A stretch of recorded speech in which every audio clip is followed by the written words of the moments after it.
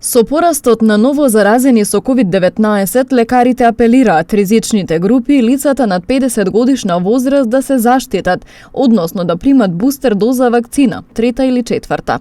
Вакцината штити од компликации и од тешка клиничка слика.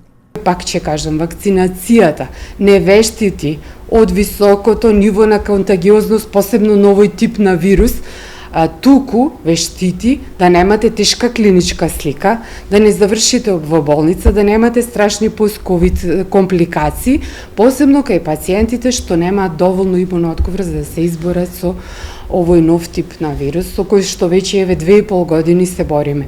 А гледате дека многу поедноставно е сега. Иако сите светски организации, посебно тие што работат истражувачки центри за вакцини, се бават да создадат некаков тип на вакцина што ќе ги задоволи сите овие типови на вируси, што ќе ги покрие, за да не мора да се примаат толку често, односно да имаме еден универзален тип на вакцина, што многу поедноставно ќе се аплицира, дури и за начинот на апликација има 2-3 начина, да не ги објаснувам сега, ако ви е интересно можеме и тоа. Значи, се размислува како подостапен да стане овој тип на имунизација со цел да завршиме конечно со оваа пандемија, не е ни епидемија. Лекарите препорачуваат бустер дозите да се повторуваат во период од 4 до 5 месеца.